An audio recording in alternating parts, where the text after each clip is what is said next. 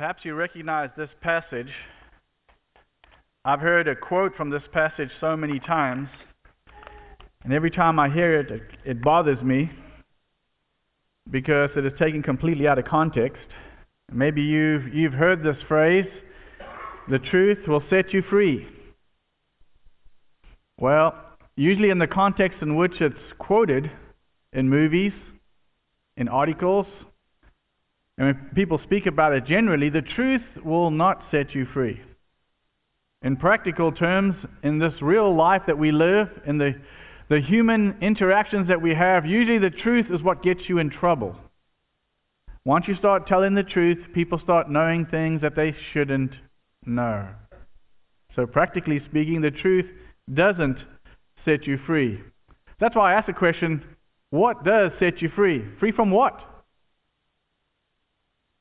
In this passage, if you go back and look at it, you'll realize that the Jews were also confused. When Jesus started talking about the truth setting them free, they also asked the question, free from what? Their excuse was that they were not slaves. They've never been slaves, because we attribute freedom in contrast to slavery. Now think of their statement. Look at the passage. It says, to the Jews who had believed him, Jesus said, "If you hold to my teaching, you are really my disciples. Then you will know the truth, and the truth will set you free." They answered him, "We are Abraham's descendants and have never been slaves of anyone. How can you say that we shall be set free?" Jesus replied, "I tell you the truth, everyone who sins is a slave to sin." Notice it says, to the Jews who believed Jesus. So these were the ones that were following him. Perhaps many of them were Pharisees. Perhaps all of this group entitled the Jews were probably Pharisees. And it seemed like they were beginning to believe Jesus. And then Jesus makes this statement, and of course that sets them off. Now, if we understand the way life is, we don't necessarily like the truth, do we? This passage tells us the Jews did not like the truth. There is no difference between what we see here, this interaction between Jesus and the Jews, than you would have today speaking about religious things to people who are ignorant of God. Because in this statement we see the Jews lie to themselves. The funny thing is weren't the Jews at this particular time under Roman occupation? And if we look at Jewish history, didn't they come out of captivity to reclaim the land? Not just once, but twice. How can they make this statement? Free from what? The Jews were wondering, free from what? We are free right now. Do you believe that you are free today? We live in the home of the brave, in the land of the free. Are you free today? You know, today the biggest discussion on television is whether Trump's going to pass his new tax bill. Are you free today? Maybe after this tax bill you'll be a little bit more free, right? But are we really, at any time, are we ever free? Truth is, we're never free. We always have something that we have to live up to. There is some standard that we have to keep. There is some obligation that we cannot ignore. There are always responsibilities. We're always accountable. There is always something making us do things that we don't always want to do. Not that they're good or bad. So the question this morning is, free from what? Jesus answered it at the end of the passage there. That the freedom that is most important is freedom from sin. It's really interesting because at this time, many people were slaves. Actual slaves. And Jesus spoke about freedom. Today, perhaps, if we were speaking in human terms, we would want Jesus to free the slaves. Free the slaves. Jesus didn't come to free the slaves. We not at one time hear Jesus preaching about freeing the slaves. Didn't plan to do that. There was something more important than that. this concept of freedom from sin. The sad truth is we will never be free. What kind of freedom then was Jesus offering? Did Jesus offer us freedom from sin? I think we'll see in a moment that it's more than just that. The truth is we will never know a life free from sin. We will always live under the cloud of sin. So what was Jesus offering freedom from? The truth will set you free. I know for all of us, if we were to stand in a court of law and we were to hold up our hand and swear, one hand on the Bible, that we will tell the truth, we're going to be in trouble. Every one of us in this room. So what is it that Jesus is going to free us from? The reason why I dislike that statement so much is because of this very problem that Jesus was experiencing here. We don't really understand what God is trying to do. The Jews didn't really understand what Jesus planned to do. We see everything in physical terms because we are so bound by our physical bodies. We don't see what God is doing spiritually. And Jesus was coming to the Jews, a very physical people, a physical nation with a physical place of worship. And everything was visual, everything was seen.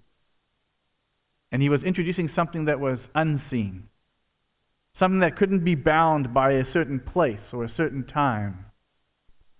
Jesus was truly offering us freedom. He was giving us a glimpse of spiritual freedom. So let's put it in context. Let's look at the first phrase from verse 31. He says, if you hold to my teaching. If you hold to my teaching. In English, that's called a clause. Now, I can't pronounce it like you, so you can say it in your own mind. This is a clause. For all the lawyers out there and for all those who have to deal with legal paperwork, this means that this sets the conditions for the rule that is about to be given. There is a condition. We don't like conditions, do we? We speak of things like unconditional love. The truth is, love is always conditional. There is no such thing as true unconditional love. If love is defined correctly, it has conditions. A definition, by virtue of that fact, implies that it has to have conditions. So here Jesus is setting a condition for this freedom that we're going to get. If you hold to my teaching. So from this we must gather that we need to listen faithfully to Jesus. We need to listen faithfully to Jesus. If you hold to my teachings.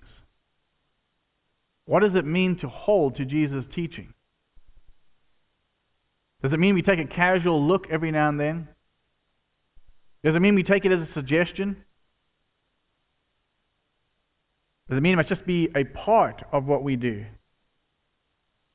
Or does it mean something else?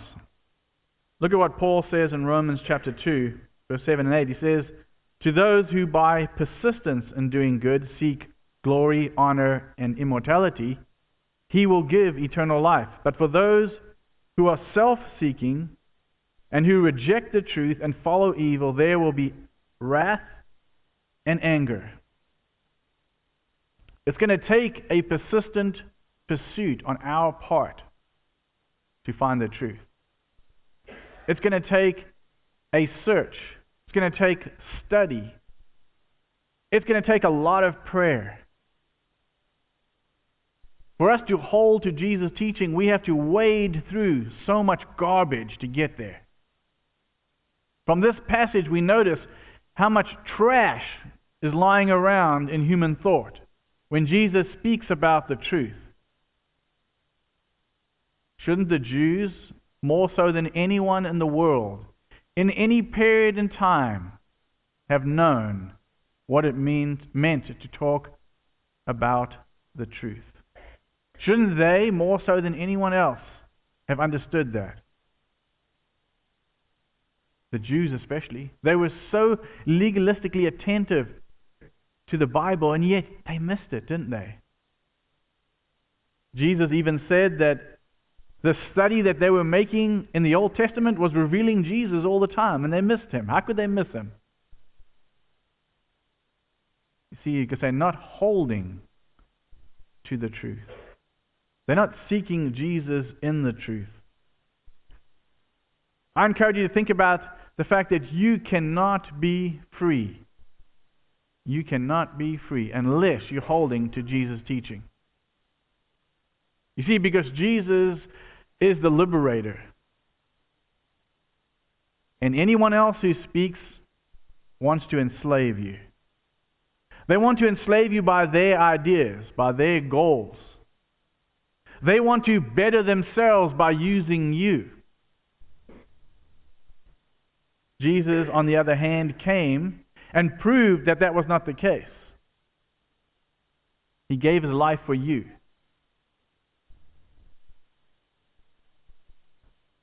Those who stand before us, those who claim to want to do good for us, those who claim to want to offer us freedom are not going to do that. That would defeat the point, wouldn't it? If they were going to be the leader and we were going to be the followers, why would they die? Defeats the point. If anything, if we hold to Jesus' teaching, we realize what we are holding to. We're holding to somebody that is willing to die for what they say. How many today will do that? How many today will die for what they say?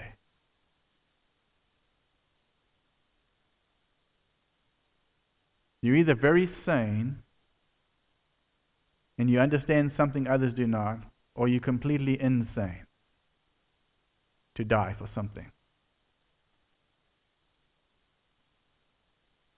Persistence in doing good. Think about what it's going to take to have freedom. Think about what it means in your life to replace all that you hear and see with the words of Jesus. No wonder when Jesus was discussing this concept of freedom from sin, the Jews did not understand. Their lives were clouded with so much garbage. Every aspect of the physical life, the politics of the day. You see, we have to wade through that too, don't we? We have to push all that aside to be able to latch on to Jesus. Let's look at the next verse, or the next part of the verse, verse 31, where he says, "You are really my disciples." I wonder why he said that. You know, there's a clarification in there. Couldn't he have just said, "You are my disciples"? Ever wondered why Jesus would often say, "You are really, if you hold to my teaching, you are really my disciple"? You see, the sad truth is that Jesus knew even in his day, there were many people that were following him that were not following him for the right reason. Some were following him for sheer entertainment. Jesus did some miraculous things. Even for that, I think I would have followed Jesus, just to see what he was going to do next. But you see, there were some that followed Jesus just for the food. He handed out free food. Some would follow Jesus just for the food. Some would follow Jesus because they wanted to see what was going to happen next. They were just curious. You've seen those people. We see them every day on the highway, don't we? There's a wreck happen on the side of the road. And instead of driving and taking care of business, they all look over to the side of the road. Have you ever struggled with yourself doing that when you're passing a wreck and you just look? Bam! And you have your own wreck. Yeah, it's fun. That happens too, doesn't it? Some of us want to see what's going to happen next. We have a morbid sense of curiosity. You know, here comes a revolutionary. He's going to change the world. And guess what happens to revolutionaries? They eventually get caught and hung or shot or whatever the case may be. But it doesn't end very well. And in Jesus' case, that was certainly true. It did not end very well. But people wanted to be there to see that. This is going to be interesting. Maybe they were there because they could see this wrestling match between these two groups. Why is it that we follow Jesus? Jesus said, really, my disciples. The word there is truly, my disciples. Jesus had 12 that were close to him, right? Actually 11, right? One of them didn't make it to the end. Was Judas really Jesus' disciple?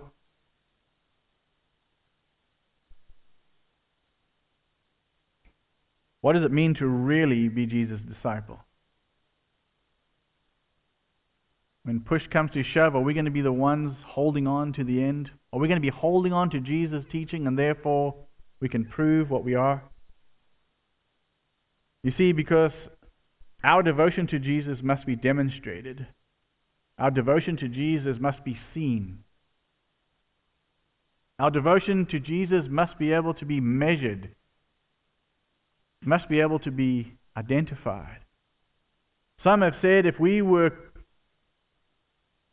arrested for being a Christian, would there be enough evidence to find us guilty?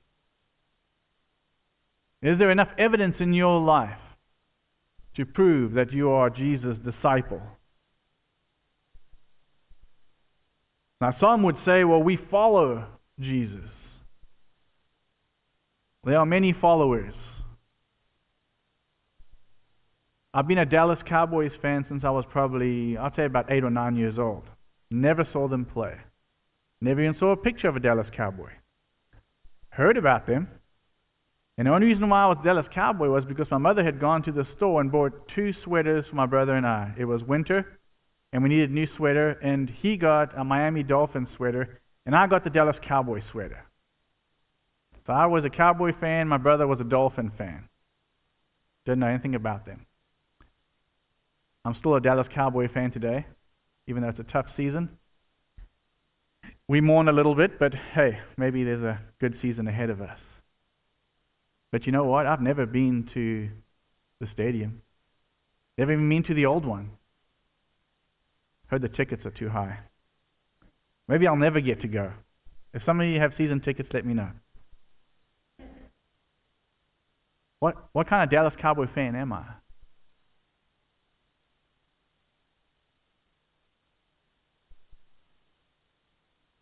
I'm a very distant fan, aren't I? I'm not going to be out there half naked with a Dallas Cowboy star painted on my chest. I'm just not going to do that. Sorry. But as a Christian, what kind of follower of Jesus are you? Here he uses the word disciple. It's a very interesting word because it means a student. And in his day, when Jesus said disciple, people knew exactly what that was. Back in those days, the teacher would walk around and he would teach about all kinds of subjects. And the students will be paying the teacher to teach. And wherever the teacher went, there were these group of students following the teacher. It was unmistakable. And they were listening very carefully because everything the teacher said was on the test. And they would walk through life. Doesn't that describe Jesus and what he did with the 12? Do you see yourself as one who is a disciple of Jesus? Listen to what John writes in John 15 and 8. He says of Jesus, This is to my Father's glory that you bear much fruit, showing yourselves to be my disciples. Notice it says much fruit. It's not just fruit. There must be so much evidence that you're a Christian that it really doesn't even make any sense having a trial to determine whether you are or not. It's obvious. I never understood the legal system. Still don't. I suppose it's because it's a human system. If you commit a crime and you say, I did it, it's all good. All the judge has to do is determine what sentence you're going to get. Why do we go through a long trial? Why does it cost so much money? And why do we have to hire lawyers? All have to just stand and say, I did it. It's because we don't really want to deal with the consequences of that. We don't want the truth to hurt that much. We don't want the truth to have the impact it needs to have. We want to lessen the effects of truth. Truth is too hard to bear. There are some things in life that if we have too much of it, it kills us. I remember growing up, my mother always used to say, have everything in moderation. Have some sort of balance.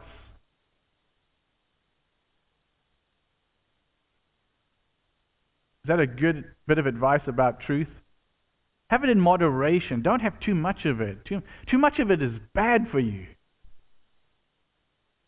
Well, in spiritual terms, without it, we can't survive. Moderation is not enough. Moderation is not going to get it done. We often quote Jesus as saying, you're either hot or cold, and if you're lukewarm, you're still not part of me.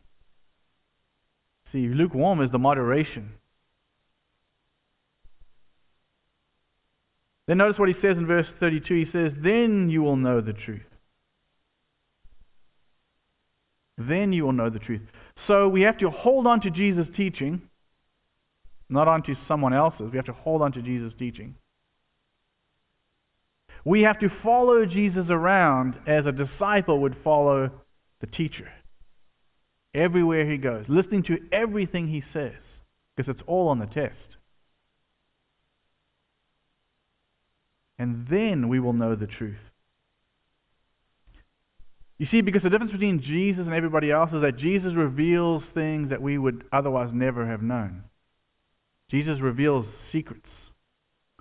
Jesus reveals divine truth. We go through life looking for truth. There are many truths. There are many things that are real or right. But only Jesus can reveal the truth, not a truth. Then you will know the truth. Do we realize, do we understand what Jesus is offering us? You've seen The Wizard of Oz? Don't worry, there's a saying I'm going to use. We use a saying. We get a chance to peek behind the curtain. I don't know if that's from The Wizard of Oz or from even further back. Think back to the temple. There was a place that you and I would never even get close to. We would die before we even got anywhere near there.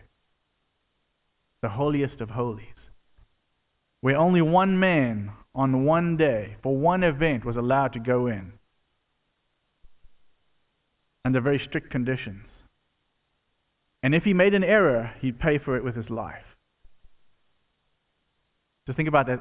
In the whole world, there was only one person that could go in there one time a year, under very strict conditions. And if he stumbled in any way, he died for it. Wouldn't you want to peek behind that curtain? Wouldn't you want to know what was in that room? Wouldn't you want to look inside there and perhaps get a glimpse of God? Well, Jesus is giving it to you. He's offered you a glimpse of God. You want to see God? It's not so popular today, but it used to be the WWJD. I think it's incorrect. It's WWGD. What would God do? When we look at Jesus, we're seeing what God would do. I suppose it makes us feel a little bit better because the truth gets toned down a little bit. Yeah, because Jesus is a human name, right? Given to a human being. If we ramped it up a little bit, if we strengthened it a little bit, we define Jesus for what he was, it would be God. What is God going to do? What is God going to show me? When Jesus speaks, it is God speaking.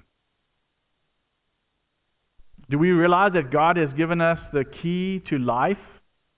And not just the physical life, but the spiritual life? Do we grasp that?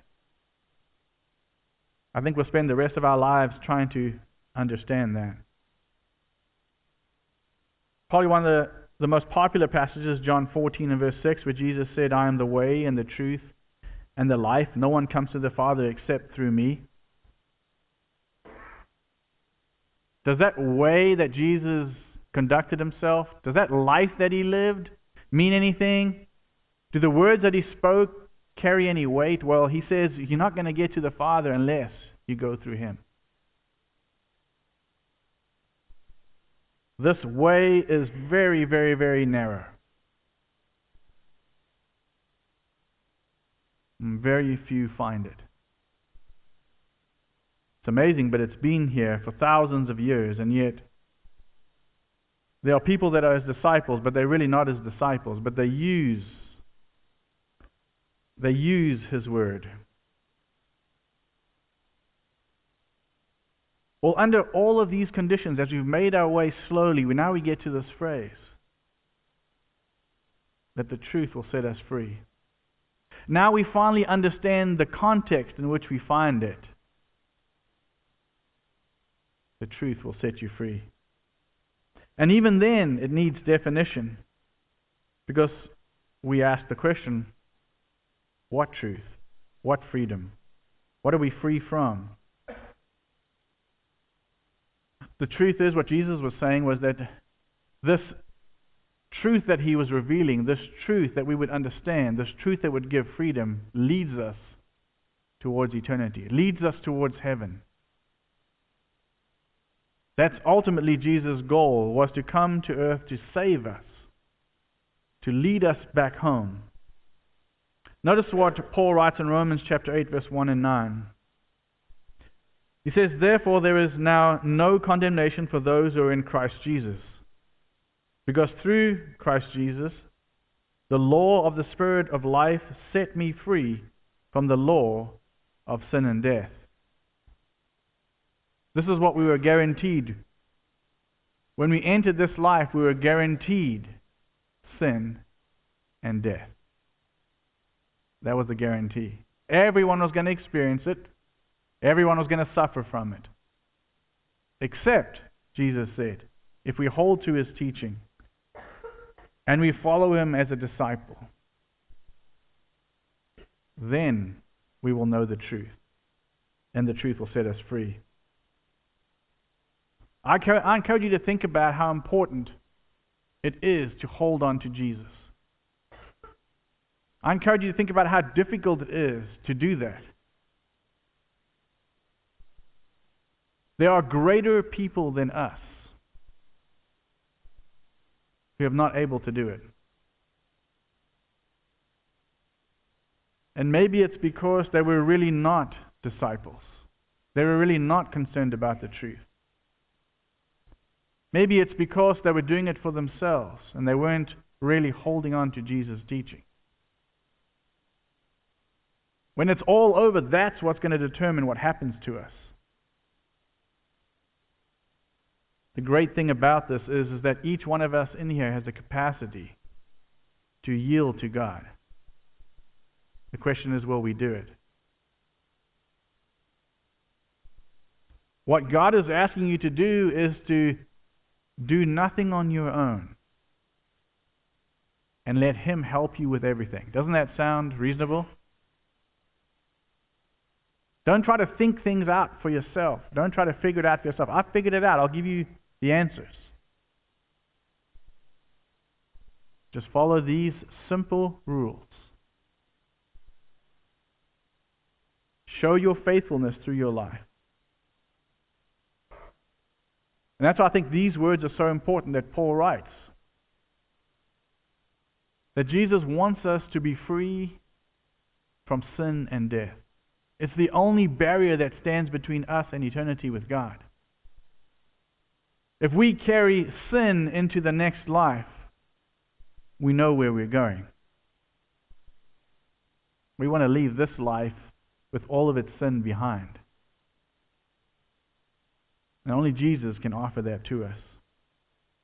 Only Jesus will take us through into the next life without sin. I encourage you to think about that statement, that we will be free.